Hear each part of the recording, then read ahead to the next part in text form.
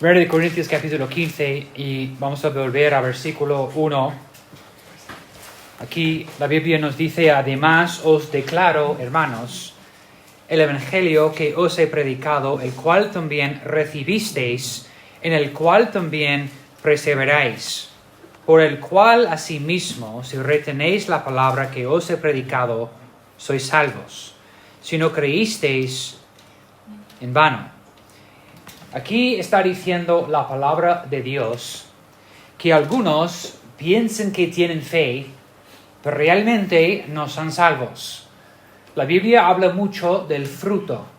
La prueba más fiel es saber si la persona produce fruto en su vida.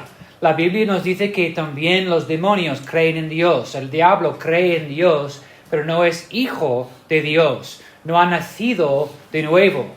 Por eso algunos creen en vano. Tenemos que asegurar esta mañana, tienes que asegurar que tú eres un hijo de Dios, que has arrepentido y has aceptado a Cristo, puesto tu fe en el Señor Jesucristo. Es el arrepentimiento que es el clave. Jesús ha dicho en Marcos 1:15, arrepentíos y creed en el Evangelio. Hemos hablado de esto en la conferencia apologética. Cuando hablas con un ateo y ellos dicen, pues es que no, yo no creo en Dios, ¿cómo respondemos? Con la palabra de Dios, arrepentíos y creer en el Evangelio. Para decir yo soy ateo no es un escapatorio, decir, bueno, yo soy ateo, eso no aplica a mí. No, arrepentirte y creer en el Evangelio del Señor Jesucristo. Es el versículo 2. Versículo 3 dice, porque primeramente os he enseñado lo que asimismo recibí, que Cristo murió por nosotros, nuestros pecados, conforme a las Escrituras, y que fue sepultado y que resucitó el tercer día, conforme a las Escrituras, y que apareció a Cefas, y después a los 12, después apareció a más de 500 hermanos a la vez. Hablando de las pruebas, la evidencia que existe para la resurrección del Señor Jesucristo. Es importante hacer una pausa aquí y notar algo importante de la fe cristiana. Es absolutamente diferente que cualquier otra religión, porque podemos proveer nuestra fe y decir hay pruebas de la resurrección del Señor Jesucristo. La prueba número 1 es que la tumba en Jerusalén hoy en día está vacía. No estamos orando unos huesos en la tierra, pero Jesús ha vencido la muerte. Mi pregunta para las otras religiones, los que están adorando a Buda, en esta parte del mundo hay un templo, se llama Templo del Diente, donde tienen un diente de Buda, y están allá en una fila para orar a Buda, y la pregunta es, si él no podría salvar a sí mismo, ¿cómo es posible que Él puede salvar a ti? Y lo mismo para Mohammed o cualquier otra persona religiosa que ha muerto. Si ellos no podrían salvar a sí mismo, ¿cómo pueden salvar a ti? Pero nosotros tenemos un Señor, un Salvador que ha vencido la muerte y Él también puede y quiere salvar a ti. Después de la resurrección de Jesucristo, aquí tenemos testigos oculares. Más que 500 personas que ha visto Jesús con sus propios ojos. Luego con la historia han firmado un documento con sus nombres. Y eso tenemos como pruebas de la resurrección del Señor Jesucristo. Cuando el ateo quiere decir que eso es fantasma, que eso es una historia, que eso es invención, no, eso es una verdad. Eso es algo que lleva muchos hechos y pruebas y evidencia que soporta la resurrección de nuestro Señor Jesucristo.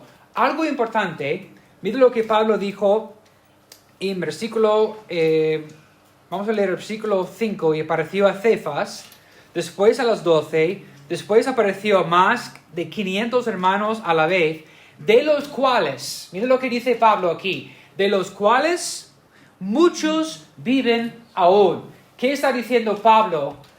Si no me crees, tú puedes hablar ahora mismo a los que estaban presentes para ver el Señor Jesucristo resucitado. No hay otra religión que tiene testigos oculares. Un ejemplo, en el Islam, ellos creen todo lo que Muhammad ha escrito 600 años después la vida de Jesús. Y todo fue escrito por un hombre que supuestamente ha visto un ángel y recibió un mensaje de este ángel en la cueva. Nuestra fe es totalmente diferente porque tenemos testigos oculares de los que han visto a Jesús después su resurrección. Este capítulo, lo gordo del capítulo, quiere decir, si Jesús no ha resucitado de los muertos, no tenemos nada que decir, no tenemos una fe. De los esenciales de la fe, eso es lo más esencial, la resurrección del Señor Jesucristo. Toda nuestra fe descansa sobre la resurrección. Es lo que causa una distinción entre nosotros y todos los demás. Que el tumba está vacía en Jerusalén, que Jesús ha vencido la muerte, y si Él ha vencido la muerte, tú también en Cristo puedes vencer la muerte. Eso es la gran esperanza que tenemos en nuestro Señor Jesucristo. Pero es interesante las pruebas que tenemos sobre la resurrección de Jesucristo. Cuando uno empieza a analizar los datos, los hechos, las evidencias, la única respuesta que satisface la evidencia es la resurrección del Señor Jesucristo. Maravilloso es la fe que tenemos. Maravilloso es el libro que tenemos. Los testigos oculares. Y luego que los ateos quieren decir, no, eso fue una invención de Pedro. Eso fue invención de los discípulos. Pero pregunta, si eso fue una mentira, ¿por qué todos los discípulos han dado sus vidas, han muerto para decir que creían en el Señor Jesucristo? Si fue una mentira, ¿por qué han muerto? ¿Por qué han dado Pedro fue crucificado boca abajo, enfrente de tu esposa, y dijo a su esposa, ten fe, rápido, en un momento vamos a estar con Jesús. ¿Cómo es posible que Pedro dijo eso a su esposa, colgando boca abajo, sufriendo, si todo fue una mentira? Luego los líderes judíos que tenían tanto odio para el Señor Jesucristo, ¿por qué no tenían, cuando todo Jerusalén estaba buscando el cuerpo de Jesús? La noticia ha corrido toda la ciudad rapidísimo. Jesús no está en la tumba, está vacía. La puerta, alguien ha movido la puerta y Él no está. ¿Dónde está Jesús? Eso es cuando empezaron a decir, no, los discípulos han robado el cuerpo de Jesús. Pero si ellos han robado el cuerpo de Jesús, porque todos fueron crucificados, torturados, y ningún ha denegado su fe. Si fue una mentira, ¿por qué estaban dispuestos a morir por una mentira? Luego los líderes judíos que querían pagar el soldado romano para mentir y decir que ellos han robado el cuerpo o algo así. Los líderes judíos, si tenían el cuerpo de Jesús, hubieran pasado a Jerusalén con el cuerpo de Jesús para decir, ¿sois cristianos tontos? Aquí está el cuerpo. Eso de resurrección, eso de Jesús es el Mesías, es pura mentira. Aquí tenemos el cuerpo. Pero tampoco ellos tenían el cuerpo del Señor Jesucristo. Tenemos en el libro de Mateo, querían pagar los romanos, soldados, para decir que ellos han robado el cuerpo. Los romanos no querían decir esto porque según las normas del ejército, si tú pierdes tu prisionero, tú pierdes tu vida. Por lo tanto, los soldados romanos no quieren decir que han robado el cuerpo de Jesús o han perdido su prisionero. Entonces, la única respuesta que tiene sentido es que Jesús resucitó de los muertos. ¿Quién fue el primer testigo de Jesús resucitado?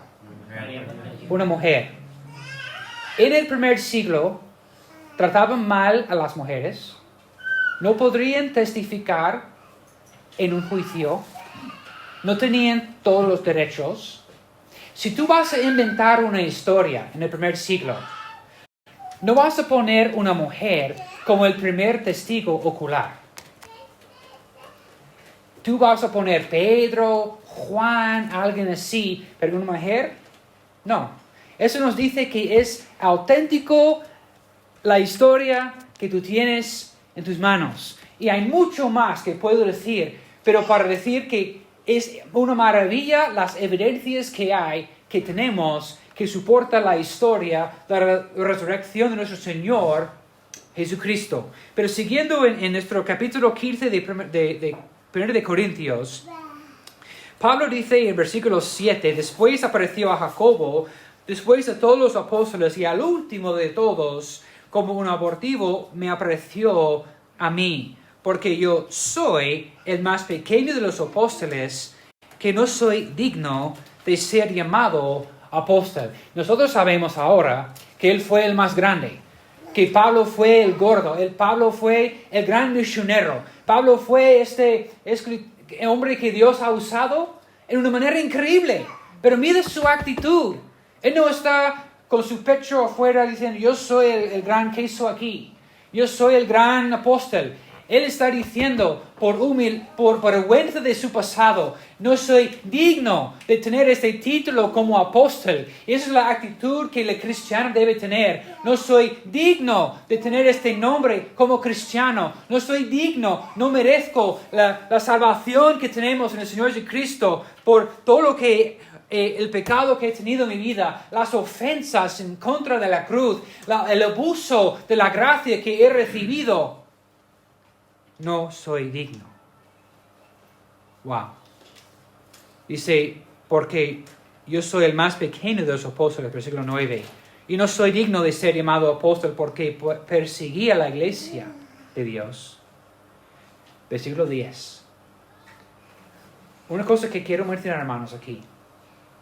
Pero por la gracia de Dios, soy lo que soy. Mira. Pablo no dice aquí, estoy en el proceso de merecer o ganar el favor de Dios. Soy lo que soy. Lo que tú tienes ahora mismo como creyente es la completa aprobación de Dios porque tú estás en Cristo. Soy lo que soy por la gracia de Dios. Y su gracia no ha sido en vano para conmigo. Antes he trabajado más que todos ellos, pero no yo. No fue yo. Dice, sino la gracia de Dios conmigo. Es la gracia que opera en nosotros. Cuando hacemos algo para el Señor, es la gracia de Dios operando adentro de nosotros. No es mi propia fuerza, no es mi talento, no es yo, es Él, es la gracia de Dios que ha cambiado y ha transformado mi vida y mi corazón y mi mente y mis ojos y mis oídos. Todo ahora es para la gloria de Dios porque entiendo el principio, el corazón del Evangelio, que es yo no soy digno, no merezco nada excepto el infierno. Todo lo que tengo es para la gracia, por la gracia de Dios. Cuando el mundo dice que Dios no es justo, tú puedes responder y decir, tú no quieres la justicia de Dios. Lo que tú quieres es la misericordia de Dios. Porque la justicia de Dios dice, he ofendido el Dios Santo. No merezco ir al cielo. Merezco ir al otro. Eso es lo que merezco. Y eso sería justo. Eso sería justicia. Enviarme al infierno ahora mismo. Pero por la gracia del Señor, soy salvo. Es no merezco esto. Es un regalo del Señor. No merezco ser salvo. Y cuando todos nosotros podemos operar y vivir la vida cristiana con este entendimiento que no merezco nada, todo es para la gracia de Dios, podemos vivir la vida cristiana de una manera distinta y diferente. Eso quita todo el orgullo. No tengo ninguna nota esta mañana. No tengo ninguna dirección. Solo que quiero nadar en el capítulo 15 de 1 Corintios. Porque es un capítulo tan rico, tan profundo, tan hermoso que habla de la importancia de este día. La importancia de la resurrección de nuestro Señor Jesucristo. Vamos a saltar a versículo 17, porque aquí dice, y si Cristo no resucitó, vuestra fe es vana, aún estáis en vuestros pecados. Si Jesús no ha resucitado, la Biblia dice que nuestra fe es totalmente vana, que no vale nada, que toda la fe que tenemos descansa en la resurrección de nuestro Señor Jesucristo. Pero gracias a Dios que Él ha resucitado y no estoy en mis pecados por lo que Jesús ha hecho en la cruz y luego resucitando. Versículo 18, entonces también los que durmieron en Cristo perecieron. Si en esta vida solamente esperamos en Cristo, somos los más dignos de conmiseración de todos los hombres. Está diciendo en el contexto, si Cristo no ha resucitado, somos miserables, no tenemos esperanza. Pero el versículo 20 empieza con ¿qué? La palabra más o pero. Pero, gracias a Dios por este cambio. Pero ahora Cristo ha resucitado de los muertos, primicias de los que durmieron es hecho. Cristo, las primicias. Es un ejemplo de lo que va a pasar.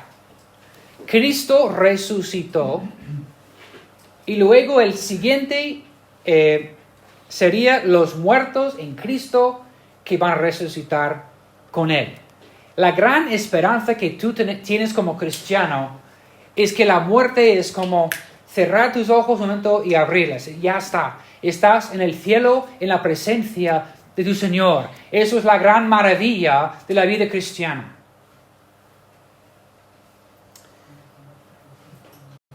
En Logroño hay una familia misionera. Hemos orado por su hijo Ian, el hijo enfermo con un tumor. Pues hace un mes el joven murió. Y los padres están en el proceso de regresar a España, pero nos ha comentado que todavía no pueden, por lo que está esperándoles entrar en el piso y ver su habitación, su cama, duro. Pero el mensaje que han publicado en las redes sociales, un mensaje que expresa su dolor, pero también su confianza en el Señor Jesucristo. Como la gracia de Dios está operando de una manera increíble en sus vidas. Y que viven con la esperanza que un día van a ver su hijo otra vez. Qué gran diferencia entre el cristianismo y el ateísmo. El ateísmo, ¿qué te ofrece? Lo siento, mala suerte, así es la vida. Por eso son tan duros. No tienen sentimientos. Es que han cerrado sus corazones porque para ellos están viviendo una vida sin esperanza. Cuando alguien muere, pues es así. Es así. Esa es la vida. Mala suerte. Solo lo que tienen es esta vida. Para nosotros, la esperanza que tenemos es que vamos a estar con nuestro Señor Jesucristo. Si Él ha resucitado, nosotros también vamos a conquistar la muerte. Vamos a leer ahora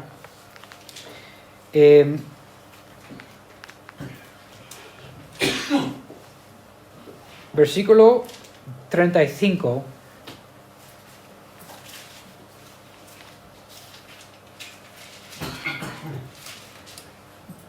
Perdón, 21. Versículo 20 a 21. Mas ahora Cristo resucitado a los muertos, permite de los que duermen en desecho, porque por cuanto la muerte entró por un hombre. Y ya estamos hablando de quién, de Adán. Por Adán, esa es la caída, la gran caída. Tenemos la creación, hemos hablado de los eventos grandes en el Antiguo Testamento. La creación y el siguiente, la caída. Cuando entró en el mundo el pecado. Aquí dice, versículo 21, porque por cuanto la muerte entró por un hombre, también por un hombre la resurrección de los muertos. El segundo Adán. El primer Adán, muerte. El segundo Adán, vida. El primer Adán, tinieblas. El segundo Adán, luz. El primer Adán, odio. El segundo Adán, amor.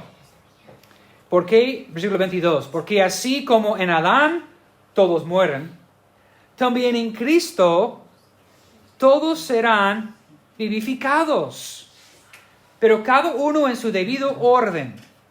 Cristo las primicias, luego los que son de Cristo en su venida. Por eso es importante asegurar que tú esta mañana estás en Cristo. Los que están en Cristo van a vivir. Los que están en Cristo tienen la vida eterna. Estar en Cristo. Luego, conectando esto, vamos al libro de Romanos, capítulo 5. Hablando del primer Adán y el segundo Adán. Romanos 5,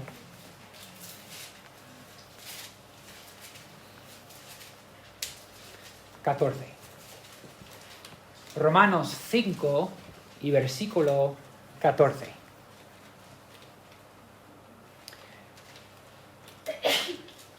No obstante, reinó la muerte desde Adán hasta Moisés, aun en los que no pecaron a la manera de la transgresión de Adán, el cual es figura del que había de venir.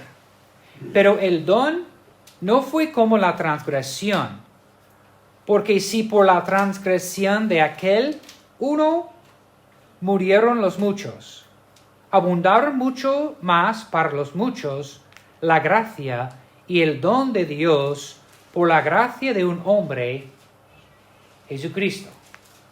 Y con el don no sucede como en el caso de aquel uno que pecó, porque ciertamente el juicio vino a causa de un solo pecado para condenación, pero el don vino a causa de muchas transgresiones para justificación. Versículo 17, para tener una idea, fue uno de los versículos claves en Europa durante la Reforma.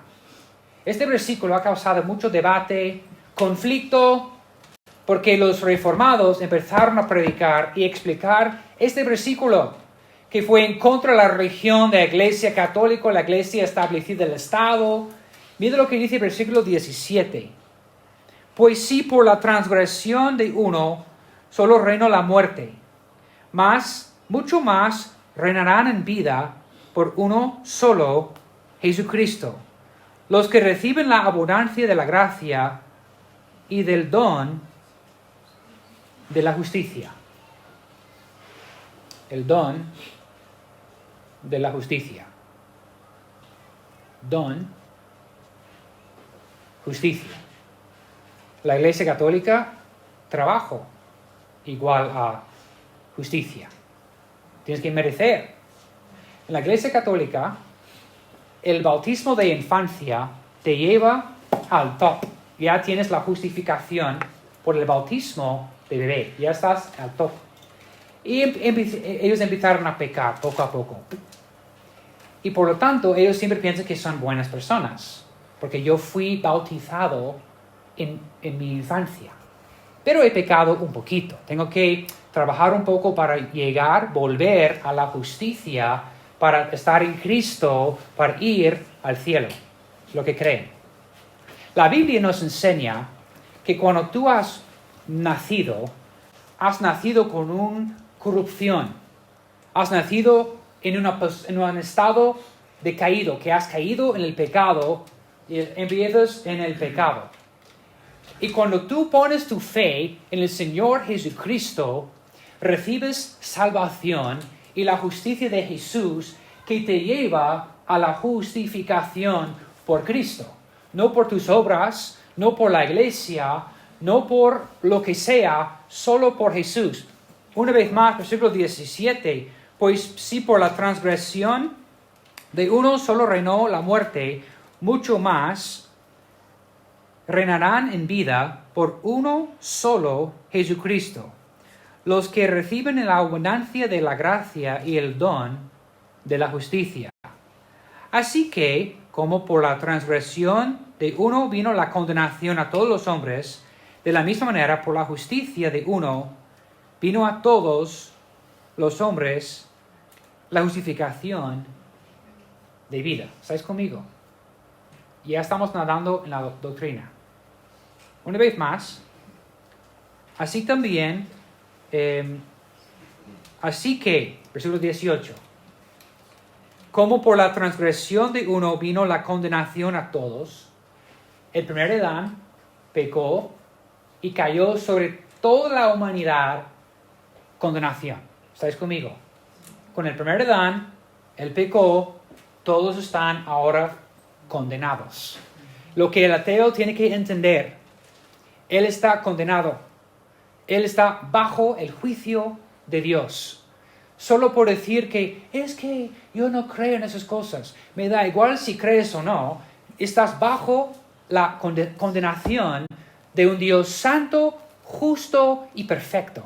Si lo quieres aceptar o no. Eso es el poder, hermanos, del Evangelio. El Evangelio no es un mensaje tan suave que, bueno, es que Dios quiere mejorar tu vida.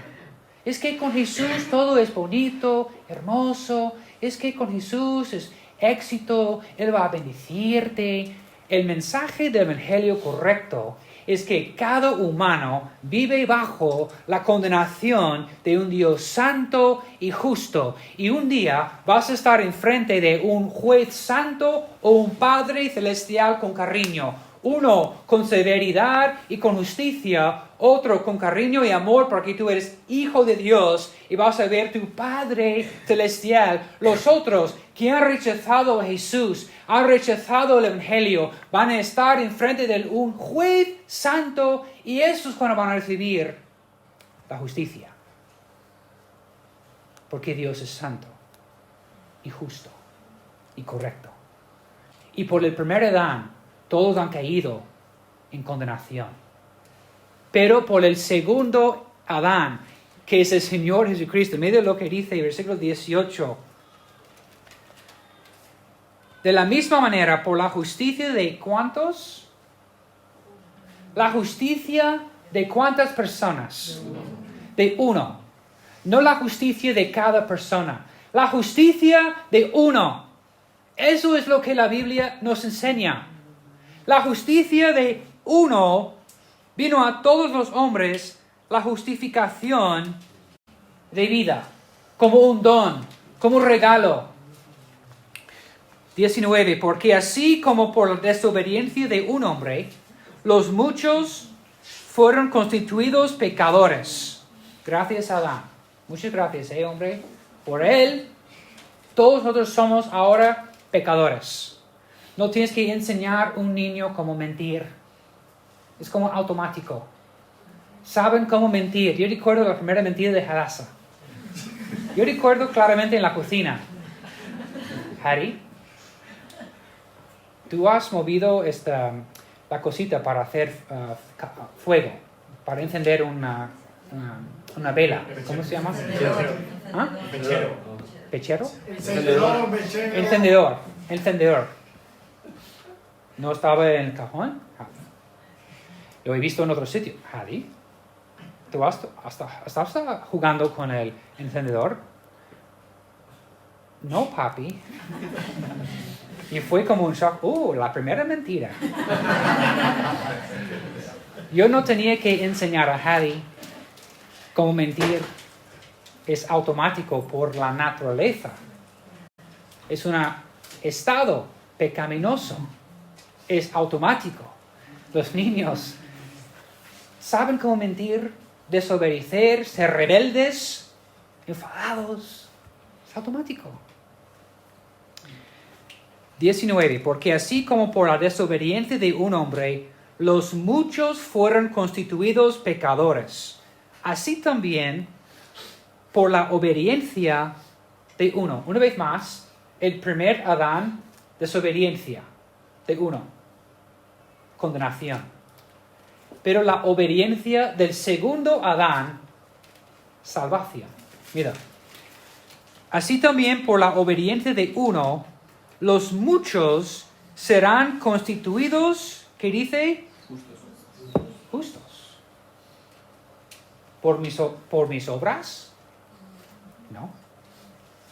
¿Por mi fidelidad a un programa? No. ¿Por asistir a una procesión? ¿Por una ofrenda? ¿Por un sacrificio? No. Por la obediencia de uno. Nada menos y nada más.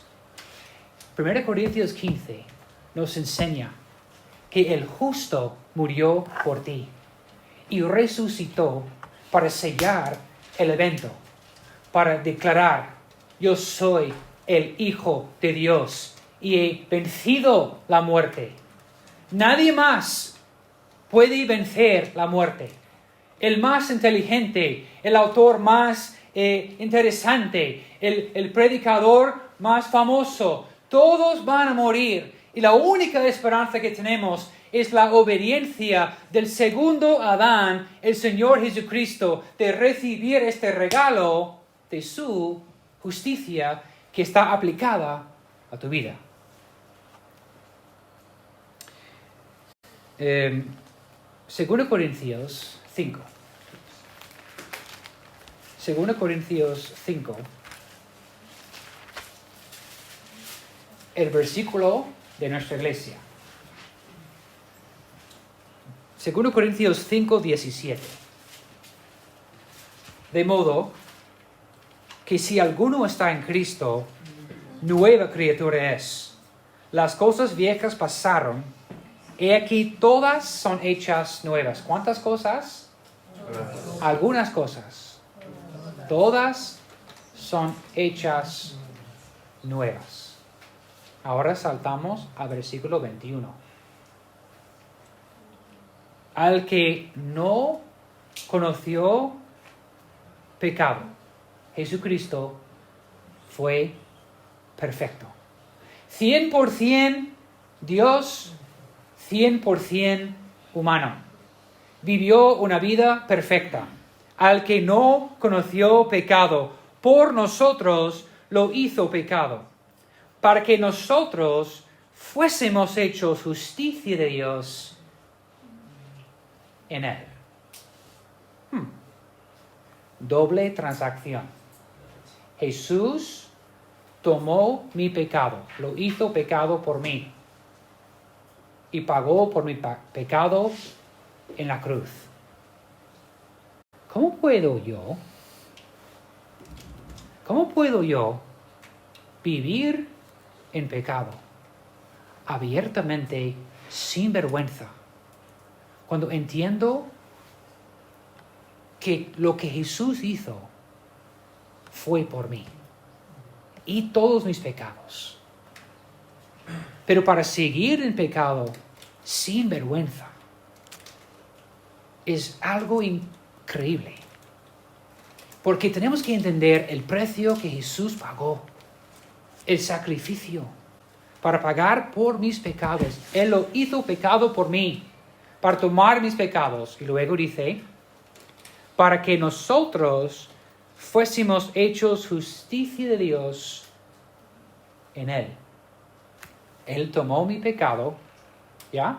Paso número 1. Me dio su justicia para declararme justo. No es el bautismo del bebé que me declara justo. Es el Señor Jesucristo. Cuando tú estás en Cristo, su justicia te declara justo. Y esto cambia el corazón. Esto produce una transformación radical en el corazón para entender todo lo que Jesús ha hecho para mí y que tengo la nueva vida en Él. Eso produce las buenas obras. No son las buenas obras que producen fe, como quiere enseñar la Iglesia Católica. Es la fe que produce buenas obras. Es la raíz, es la semilla que entra, que baja, que crece y luego produce fruto. Es que entiendo todo lo que Jesús ha hecho para mí, las maravillas de la nueva vida en Cristo, todo el amor de Jesús y su misericordia y su gracia que vive conmigo. Ya puedo andar libre del pecado, libre de las cadenas, libre de las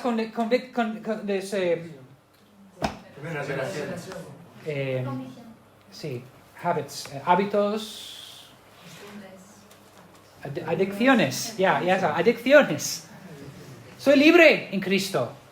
Él puede romper cualquier cadena de pecado que tienes esta mañana. En Cristo tienes vida nueva. Cristo quiere ayudarte a andar en la nueva vida y experimentar lo bueno de la vida cristiana. Pero tú tienes que aprender una lección esta mañana.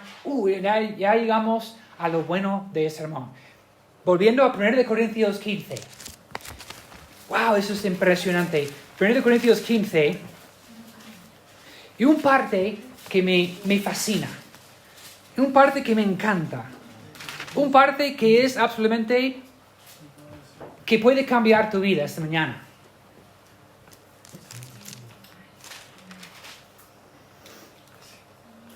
...34... 1 Corintios 15, 34. Velad debidamente y no pequéis. Una vez más, no estamos aquí hablando de abusando la gracia. Esto dice, mira, hemos hablado en la escuela dominical que cada creyente es un sacerdote. Tenemos acceso directo a Dios. Eso fue en la Reforma, una controversia, porque la Iglesia Católica quería meter los líderes entre tú y Dios. Tienes que confesar tus pecados a un hombre. Hay alguien entre tú y Dios. La iglesia está entre tú y Dios. Luego la Biblia, hemos regresado a la Biblia. Y cuando yo estaba en Berlín, encontré la estatua de Martín Lutero en Berlín. Y Martín Lutero tiene la Biblia en esta mano. Y con el dedo está poniendo atención a la Biblia. ¿Y qué está diciendo la estatua de Martín Lutero? No escuches a mí, pero la palabra de Dios, esto. ¿Y qué dice? ¿Qué nos enseña la palabra de Dios? Que no hay nadie entre tú y el Señor. Como creyente eres un sacerdote y tienes acceso directo al Señor. Por eso puedes orar en cualquier momento. No tienes que ir a la iglesia y confesar a un hombre. Puedes hablar directamente con el Dios Todopoderoso del universo. Increíble. Porque tú eres un sacerdote. Si estás en Cristo esta mañana. ¡Qué privilegio! Pero ojo, con el privilegio viene responsabilidad. No estamos aquí hablando del abuso de la gracia. Mira, tan bello, hermoso, esta enseñanza para la gente que ha vivido bajo la religión duro. Pero ya, después de los años, ya tenemos la iglesia mega. En la iglesia mega, en vez de tener este temor de Dios, no tenían acceso. Ya tenemos jóvenes que no tienen nada de temor de Dios. En la iglesia es un circo, es un show, es una vergüenza. Porque no tienen temor de Dios. Han aprendido lo de, bueno, yo soy justo. Dios me ha declarado justo, soy salvo y ya voy a vivir como quiero. Están abusando a la gracia y no tienen reverencia, no tienen respeto y mucho menos no tienen temor de Dios. La iglesia es un circo, es un show, es pura música, es puro humo y música de rock, y es todo para el mundo, todo para mí, para satisfacer mi carne. Y no hay respeto, honra para el Señor Jesucristo. Que hemos saltado de un extremo al otro. Y la vida cristiana es un equilibrio. Gracias a Dios tenemos acceso directo al Señor. Y gracias a Jesús soy salvo, justificado. Pero eso no me da un carne para pecar y para vivir en el mundo. Mucho menos. Es el opuesto. El efecto debe ser el opuesto. Para entender la doctrina profunda, esto produce en mi corazón un gozo. Es la alabanza correcta de la doctrina, de los fundamentos de mi fe, produce en mi corazón alegría y alabanza. Porque entiendo, wow, por un hombre desobediencia, pero por otro hombre obediencia. Uno es muerte, otro es vida. Tinieblas, luz. ¿Por qué voy a volver al primer Adán y vivir en el viejo hombre con sus costumbres, cuando tengo la nueva vida y el segundo Adán y andar en alegría, gozo, amor? 34 de 1 Corintios 15, velad debidamente y no pequéis, porque algunos no conocen a Dios, para vergüenza vuestra lo digo. Pero dirá alguno, ¿cómo resucitarán los muertos? ¿Con qué cuerpo vendrán? 36 es más bien. Necio, lo que tú siembras no se vivifica, sino muere antes. Y lo que siembras no es el cuerpo que ha de salir, sino el grano desnudo, ya sea de trigo o de otro grano. Me encanta esta ilustración. Cuando tú siembras una semilla, la semilla tiene que morir y estar en tinieblas, solo. Pero de esta muerte viene vida. Cuando introduces agua, y Jesús es el agua de la vida, hay vida. Y necesita también luz, sol, y Jesús es la luz de la vida. Aquí tenemos una enseñanza absolutamente preciosa, que de la muerte viene vida, que para entender que Cristo murió para luego vivir, y cuando el cristiano en su vida cristiana, que ya has recibido a Cristo, cuando mueres a ti mismo, ya empiezas a vivir. Tienes que sacrificar los deseos de tu carne, sacrificar lo que tú quieres hacer y vivir la nueva vida de Jesús. Morir a ti mismo y tener vida espiritual. Pero tú puedes morir espiritualmente cuando estás viviendo en el mundo, cuando permites la carne a controlarte, la carne a tener más fuerza, ya no tienes la vida espiritual, estás viviendo la carne, no en el espíritu. Cuando tú mueres a ti mismo, ya tienes la vida espiritual, como la semilla, que cuando muere, hace un tiempo, sale algo, es un pico, ¿no? Y luego eso empieza a crecer, germinar. Y luego crece más, y por unos días no ves nada. Pero de la tierra, eventualmente, ¿qué pasa? Ya ves algo. Oh, wow, mira.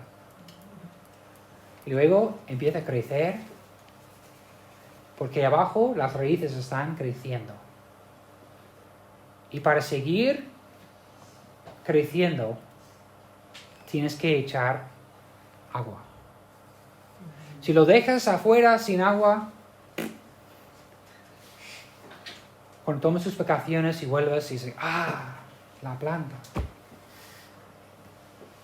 Y si no hay sol, si está en el sótano sin sol, tampoco. Necesitamos Jesús. Gracias al segundo Adán, tenemos vida eterna. Tenemos esta mañana esperanza. Él ha resucitado, tú también vas a resucitar con Cristo. Vamos a orar. Señor, gracias por este momento, este tiempo en tu palabra. Señor, por este capítulo maravilloso, por tu resurrección. Entraste en nuestra historia, Señor, para identificarse con nosotros. No tenemos un Dios que no entienda qué es la vida. Tú también andaste, Señor, en este mundo. Sentiste el dolor, el rechazo, todo lo de la humanidad. Y, Señor, en la cruz, tomaste nuestros pecados para luego declararnos justos en ti. Sin Jesús no tenemos nada. Sin Jesús no soy nadie. Pero en Jesús tengo todo. La resurrección me enseña que Jesús toma lo que es corruptible y se convierte en incorruptible. Toma las tinieblas y se convierte en luz.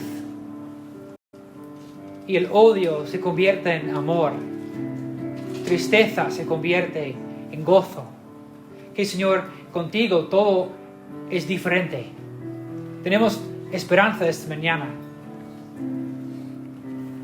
Te pido, Señor, si hay alguna persona aquí esta mañana, no es salvo, no está en Cristo, está bajo tu condenación todavía, está con el primer Adán y no está con el segundo Adán, está andando en su pecado, no ha recibido el perdón de sus pecados. Y, Señor, pido por el corazón de esta persona esta mañana, que seas tú, Señor, tocando su corazón, Señor, para tener ojos para ver, oídos para escuchar y un corazón débil, un corazón suave, un corazón abierto. Que ellos caen a sus rodillas para pedir perdón, para arrepentirse, Señor, y creer en ti y llevar fruto. Ayúdanos nosotros, Señor, a andar en la nueva vida que tú nos has dado, Señor, y entender, soy lo que soy por la gracia de Dios. Yo no soy una buena persona, yo soy salvo, yo soy una persona que he recibido tu perdón y tu justicia, y por lo tanto, Señor, estás cada día cambiándome, trabajando en mi vida. Cada día, Señor, estás revelando cosas en mi vida que debo cambiar. Y, Señor, ayúdanos a andar en obediencia, como el segundo Adán. Por su obediencia, por su vida perfecta aquí en el mundo, soy una nueva persona. Quiero por las personas que todavía, Señor, no ha experimentado esta transformación radical. Pido por este corazón, Señor, este alma. Y, Señor, ayúdanos a poner nuestros ojos en ti y andar contigo, Señor, y glorificarte con nuestras vidas. Y, Señor, apreciar el significado de este día. Cuando pasamos para recordar tu resurrección. En verdad, cada domingo es un recordatorio de la resurrección, porque la iglesia primitiva empezó a reunir en los domingos para celebrar la resurrección de Jesús. Y Señor, aquí una vez más te damos las gracias por el hecho que has resucitado. Y Señor, tenemos la esperanza en ti, Señor. Esperamos tu regreso. Y Señor, si muero antes, yo sé que voy a resucitar contigo, Señor. Tengo mi esperanza en ti, Señor. Tú eres luz y gozo y paz, Señor.